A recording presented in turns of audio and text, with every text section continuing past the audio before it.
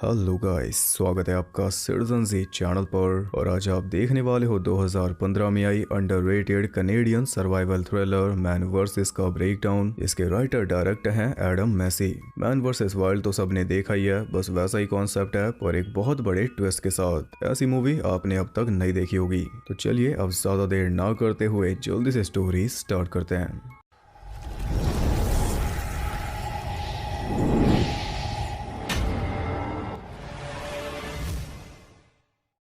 Movie के start में हम देखते हैं डग वुड्स को, जिसका अपना एक टीवी शो है वुड्स वर्सेस के नाम से, जिसमें ये दूर दराज इलाकों में जाकर सर्वाइवल के तरीके बताता है मैन वर्सेस वाइल्ड की तरह। तो अब इसके शो का थर्ड सीजन स्टार्ट होने वाला है, जिसके पहले एपिसोड को शूट करने के लिए ये जा रहा है एक पहाड़ी जंगल में। इसकी वाइफ और बेटी ने इसके फोन में वीडियो मैसेज रिकॉर्ड करके दिए हैं जो अकेले में इसे मोटिवेट करेंगे। इसकी टीम में है इसका छोटा भाई टेरी, बिल और एंजी। 7 घंटे की ड्राइव है, उसके बाद ये बोट से आगे जाएंगे। डग को चेस खेलना काफी पसंद है, तो इतने में वो टेरी के साथ चेस खेलने लगा और ऐसे ही टाइम पास करते हुए वो एक डाइनर में पहुंचे, जहां पर वो मिले अपने गाइड डंगन से। ये एक लोकल है और ये उसी जंगल वाले एरिया में रहता है, तो इससे बेहतर उस जगह के बारे में कोई नहीं बता सकता। उससे सलाह मशवरा करने के बाद वो उसकी बोट में बैठकर चल दिए। डग को उस जंगल में 5 दिन अकेले गुजारने हैं, जिसके बाद ये इसे वापस लेने आएंगे। इस बीच अगर कोई प्रॉब्लम हो जाए तो डग के पास एक सैटेलाइट फोन भी है, जिसकी मदद से ये अपनी टीम से कांटेक्ट कर सकता है और इसकी टीम इसे ट्रैक भी कर सकती है। वो तीनों डग को सलाह दे रहे थे कि कुछ अजीब करना, कुछ गंदा खाना, पर सबसे भारी सलाह दी टेरी ने कि इस बार एक असली एपिसोड बनाकर आना, अपने घटिया जोक्स के बिना। ये शो चलना चाहिए वरना हम सब कंगाल हो जाएंगे। डग को बुरा तो लगा पर बात उसने मान ली। अभी वो आगे बढ़े थे कि तभी बारिश आने लगी और इन्हीं सब चीजों का सामना डग को करना होगा। बारिश, सर्दी, जंगली जानवर, भूख वगैरह। डग को जंगल के किनारे पर छोड़कर वो सब वापस निकल गए। तो डग ने कैमरा चालू किया और शो को स्टार्ट कर दिया। सबसे पहले उसने अपना बैग खोला, जो कि उसकी टीम ने पैक किया था। अब जो कुछ इसमें से निकलेगा उसी के जरिए ये सरवाइव करके दिखाएगा। ये इसके शो की खासियत है। बैग में थी एक हैट, कैमरा, एक फ्लैश, एक एनर्जी ड्रिंक, एक सेब, एक आर्मी नाइफ और एक च्युइंगम। ये है सारा सामान। अब थोड़ी चढ़ाई करके वो ऐसी जगह पर पहुंचा जहां पर बेस बनाकर रात बिता सके, क्योंकि जल्दी सूरज ढल जाएगा। एक टूटे हुए पेड़ का सहारा लेकर वो अपना शेल्टर तैयार कर रहा था, जो कि आमतौर पर आपने टीवी शोज में देखा ही होगा, पर कैमरा के पीछे जो कुछ होता है वो भी आज आप देखोगे। शुरुआत करते ही एक लकड़ी उसके अंगूठे के नाखून के अंदर घुस गई, जिस वजह से वो काफी देर तक तड़पता रहा। अब ये घाव इसे पूरे 5 दिन तक परेशान करेगा। कैसे भी करके उसने लकड़ी को बाहर निकाला। कुछ देर बाद शेल्टर भी बन चुका था, इसलिए अब उसे जलानी थी आग। इसके लिए उसने यूज किया एनर्जी ड्रिंक का खाली कैन। फिर लगभग आधे घंटे तक मिट्टी से उसके बॉटम को घिसता रहा और इस बीच उसके दिमाग में कई सारे जोक्स भी आ रहे थे, पर टेरी की बात भी उसे याद थी। फिर उस कैन को एक सेट एंगल पर रखा ताकि सूरज की किरण उससे रिफ्लेक्ट होकर लकड़ी पर पड़े, और इस मेथड से वो आग जलाने में कामयाब रहा। ऐसे जल्दी रात हो गई। रात को उसने सैटेलाइट फोन से अपनी टीम के पास फोन किया, तो वो सब मजे में पार्टी कर रहे थे। और ये जानकर डग को थोड़ा बुरा भी लगा, पर वो समझता है कि इसका काम अलग है और उनका काम अलग। इस रात उसे भूखे पेट ही सोना पड़ा, क्योंकि शिकार करने का टाइम बचा ही नहीं था। आग के सामने वो आराम से सो रहा था, पर रात में अचानक बहुत तेज ब्लास्ट हुआ, जिससे पूरी धरती हिल गई। डग को कुछ समझ ही नहीं आया, तो उसने सोचा कि शायद भूकंप आया होगा, इसलिए वो निश्चिंत होकर दोबारा सो गया। फिर अगली सुबह जब वो उठा तो उसने देखा कि जंगल को चीरते हुए आसमान से कोई चीज पानी में गिरी थी, उसी वजह से धरती हिली थी। वो भागकर उस जगह पर पहुंचा तो उसने देखा कि पानी की सारी मछलियां मर चुकी थी। दूर दूर तक जहां भी नजर जा रही थी, पानी के ऊपर सिर्फ मछलियां थी, यानी कि पानी के अंदर कोई खतरनाक चीज गिरी है, शायद कोई मीटियोर। जो भी हो, डग की तो लॉटरी लग गई। इतना सारा खाना, वो भी बिना मेहनत के। लेकिन तभी वो देखता है कि सामने वाले किनारे पर एक भेड़िया आया, पर वो भी बिना किसी मछली को खाए वापस चला गया। डग के लिए मैसेज क्लियर था। भेड़िया कोई ऐसी बात समझ गया था जो ये नहीं समझ पाया, इसलिए समझदारी दिखाते हुए ये भी खाली हाथ वापस चल दिया। वो अपनी टीम को इस बारे में बताना चाह रहा था, लेकिन सैटेलाइट फोन काम ही नहीं कर रहा। इससे डग को पूरा यकीन हो गया कि कोई मीटियोर ही गिरा होगा, ये उसी की वजह से हो रहा है। अब खाना तो उसे चाहिए था, इसलिए जंगल में उसने 3 ट्रैप सेट कर दिए, वो भी रैबिट्स के लिए।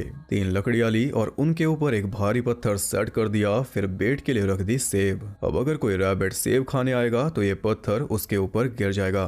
फिर थोड़ी फुटेज शूट करने के बाद वो ट्रैप्स को चेक करने पहुंचा तो 2 ट्रैप्स ने काम कर दिया था, यानी कि 2 रैबिट्स जाल में फंस गए। पर जब वो उन्हें उठा रहा था तो उसका कैमरा अचानक अपने आप गिर गया और पास से डग को भी कोई आवाज आई। उसने सोचा कि वही भेड़िया होगा, इसलिए कैमरा उठाकर वो जल्दी से वहां से निकल गया। फिर कैंप से थोड़ा दूर जाकर वो रैबिट को साफ करने लगा ताकि भेड़िया इसके कैंप से दूर रहे। और ये पूरा तरीका वो ऑडियंस को भी दिखा रहा था, कैसे स्किन निकालनी है, कैसे कट्स लगाने हैं, पूरा ट्यूटोरियल उसने दे दिया। इसके बाद कैंप पर जाकर उसने फिर से सैटेलाइट फोन ट्राई किया, लेकिन अब भी बात नहीं बनी तो फोन उसने फेंक दिया साइड में। फिर अपना पर्सनल फोन निकाला तो उसमें भी नेटवर्क नहीं थे। तब उसने देखा अपनी वाइफ का मैसेज, जिससे वो काफी मोटिवेट हो गया। लेकिन उसके पीछे से अब भी आवाजें आ रही थी, मानो कोई उसे छुपकर देख रहा हो। उसे यही डर था कि भेड़ियों का पूरा झुंड ना हो। डरते हुए उसने रैबिट को खाया। फिर जो दूसरा रैबिट बचा था उसे कल के लिए बचा लिया, पर अपने पास तो नहीं रख सकता, तो वो एक ऐसा तरीका बताता है जिससे उसका शिकार भी बचा रहेगा और वो खुद भी। रैबिट को उसने ले जाकर एक पेड़ से लटका दिया ताकि कोई जानवर उस तक ना पहुंच पाए और ना ही उसकी स्मेल से इस तक। फिर वापस कैंप पर जाकर वो अकेले ही चेस खेलने लगा, क्योंकि ऐसे में माइंड को एक्टिव रखना भी काफी जरूरी है। पर वो आवाजें अब भी आ रही थी। डग उन्हें इग्नोर करता रहा, लेकिन इसी बीच कोई उसके रैबिट को उतार कर ले गया, यानी कि कोई जानवर तो वो है नहीं।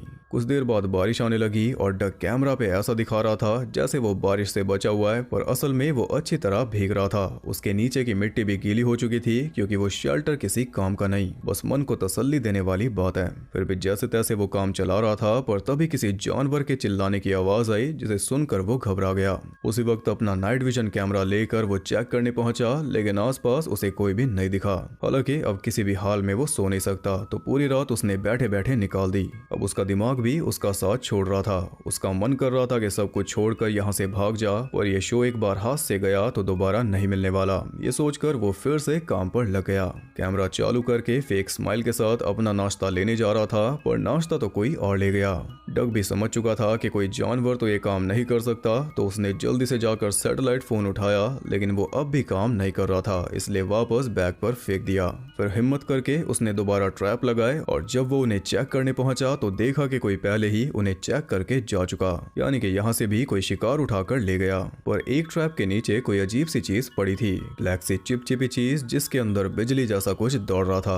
अब तो डग के होश उड़ गए। वो वापस कैंप पर पहुंचा तो उसे और ज्यादा सदमा लगा, क्योंकि उसका सैटेलाइट फोन गायब था, जो कि इसने बैग के ऊपर ही फेंका था। इससे भी ज्यादा अजीब बात ये थी कि चेस वैसी नहीं थी जैसी ये छोड़कर गया था। किसी ने अपनी बाजी चली हुई थी, वो भी बहुत ज्यादा स्मार्टली। अब तो डग को यकीन हो गया कि कोई दूसरा आदमी इस जंगल में मौजूद है जो इसके मजे ले रहा है, क्योंकि भेड़िए तो चेस खेलते नहीं। पर कहीं ये इसकी टीम तो नहीं, जो कि एक बढ़िया एपिसोड बनाने के लिए इसे परेशान कर रही है। ये सवाल डग के दिमाग में भी आया, इसलिए वो थोड़ा शांत हो गया, वरना 2 दिन और काटने बड़े मुश्किल लग रहे थे। अब रात में काफी सोचने समझने के बाद उसने अपनी चाल भी चल दी चेस में। फिर अगली सुबह वो जंगल में और आगे चल दिया। अब ये एक नया बेस बनाएगा, क्योंकि एपिसोड आगे भी तो बढ़ाना है। उसे एक चट्टान मिल गई, जिसके सहारे उसने एक नया शेल्टर तैयार कर लिया। आग भी जला ली थी, अब बस चाहिए था खाना। उसने सोचा कि इस बार मछली पकड़ लूंगा, लेकिन पानी के अंदर एक भी मछली उसे नहीं मिली। खुद को दिलासा देकर वो आगे बढ़ा, लेकिन आगे जाते ही वो सुन हो गया, क्योंकि वहां पर उसे मिला सेम उसी के जैसा शेल्टर और उसी का खाली कैन, जिससे किसी ने आग जलाई थी, सेम उसी तरीके से जैसे इसने सिखाया था। अब उसे लगा कि शायद कोई फैन ये सब कर रहा है, लेकिन उसका सैटेलाइट फोन भी वहीं पर पड़ा था, वो भी अच्छी तरह एक एक पार्ट खुला हुआ। डग समझ गया कि वो जो कोई भी है पूरी तरह सन की है, पर सन की पन देखना तो अभी बाकी था। उस रैबिट और भेड़िए दोनों की लाशें भी वहीं पर पड़ी थी। भेड़िए को सेम वैसे ही साफ कर रखा था जैसा कि डग ने सिखाया था रैबिट के ऊपर। इससे तो साफ हो गया कि अगर ये कोई आदमी है तो बड़ा खतरनाक है। पास से ही कोई आवाज आई तो डग जल्दी से छुप गया, और छुपा कहां पर? अपने ही बताए गए ट्रैप के बड़े वर्जन में। वो तो टाइम रहते निकल गया, वरना चपटा हो जाता। तो ये जो कोई भी है वो डग से ही सारा कुछ सीख कर अप्लाई कर रहा है। जैसे इसके पास भी खाने की चीज थी सेब, पर उसे खाने के बजाय इसने ट्रैप्स में लगाया, जिसकी वजह से और ज्यादा खाना ये जमा कर पाया। सेम वैसा ही किया इसके चेले ने। इसका रैबिट ले गया, पर उसे खाया नहीं, उसे ट्रैप्स में लगाकर उस भेड़िए का शिकार किया। जो ये सिखा रहा है वही सब वो कर रहा है अपने हिसाब से। और ये जानकर डग की क्या हालत थी वो तो हम सोच भी नहीं सकते। आबादी से दूर इस वीरान जंगल में एक साइको से इसका पाला पड़ गया। डग भागकर जल्दी से अपने बेस पर पहुंचा तो चेस की चाल फिर से चली हुई थी, और इस बार तो डग भी उसे बीट नहीं कर सकता। रात में अपनी सेफ्टी के लिए डग ने 3 कैमरास अपने बेस के सामने लगा दिए ताकि अगर वो साइको इसके पास आया तो कैमरा में कैप्चर हो जाएगा। ऐसा उसे लग रहा था, जब वो चेस में तुझे बीट कर सकता है तो ये तो कुछ भी नहीं। जैसे ही डग सोने गया, तीनों कैमरास उसने नीचे कर दिए। सुबह जब डग ने ये देखा तो वो पैनिक करने लगा क्योंकि सेफ ये है नहीं। वो साइको अपनी मर्जी से इसके पास आ रहा है, अपनी मर्जी से जा भी रहा है और ये कुछ भी नहीं कर सकता। अभी तो वो कोई नुकसान नहीं कर रहा, पर अगर करने लग गया तो फिर ये क्या करेगा। अब भाड़ में गया एपिसोड और भाड़ में गया शो।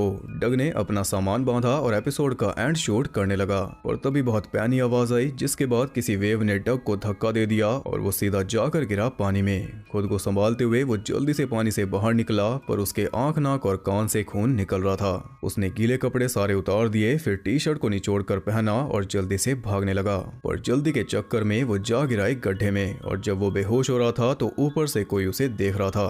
फिर जब उसे होश आया तो उसकी हालत काफी खराब थी, बाजू में चोट आई थी। फिर भी किसी तरह खुद को पैचअप करके वो ऊपर चढ़ने का ट्राई करने लगा। बॉडी में उतनी जान नहीं थी, पर दिमाग अड़ा हुआ था। डग को किसी भी कीमत पर वहां से निकलना था, तो हिम्मत करके वो गड्ढे से बाहर आ गया। फिर वो कैसे भी करके अपने पिकअप पॉइंट पर पहुंचा, जहां पर टेंट वगैरह तो लगा हुआ था, पर कोई दिखाई नहीं दे रहा। दिखाई दे रहा है सिर्फ खून। डग ने आसपास देखा तो टैरी उसे पेड़ से उल्टा लटका हुआ दिखाई दिया, जैसे कि इसने लटकाया था बचे हुए रैबिट को। तो यानी कि टैरी बचा हुआ रैबिट है, शिकार है बिल और एंजी।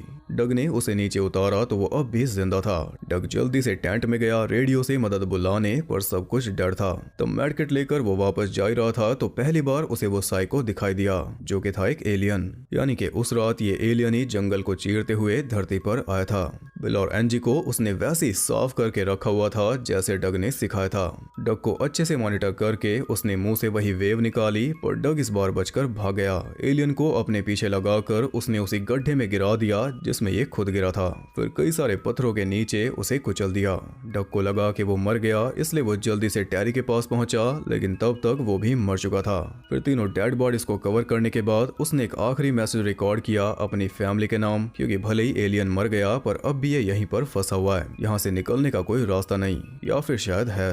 इस बार उसने अपनी बेटी का मैसेज देखा, जिसके बाद तो वो रुका ही नहीं। अब उसे कैसे भी करके घर पहुंचना था। तो सबसे पहले खुद को फर्स्ट एड देकर उसने डंकन के घर का रास्ता देखा, जहां पर जाने में 6 घंटे लगेंगे, पर वही आखिरी होप है। डग ने चलना शुरू किया और रात तक वो उसके ठिकाने पर पहुंच गया। डंकन तो अंदर नहीं था, पर टीवी पर न्यूज चल रही थी कि एलियंस ने पूरी अर्थ पे अटैक कर दिया। सभी बड़े शहर खत्म हो चुके हैं, जैसे कि लंदन, न्यूयॉर्क, मुंबई और बीजिंग। तो सरकार लोगों से अपील कर रही है कि शहरों से निकलकर कहीं दूर चले जाओ, और ये तो पहले से दूर बैठा है, फिर भी इसे वापस शहर में जाना है अपनी फैमिली के लिए, जो कि मोस्ट प्रोबेबली मर गई होगी। फिर भी ये हार मानने को तैयार नहीं। डंकन के घर में से उसने खाने के डब्बे उठाए, फिर उसकी बोट लेकर निकल ही रहा था कि तभी डंकन गन लेकर उसके सामने आ गया।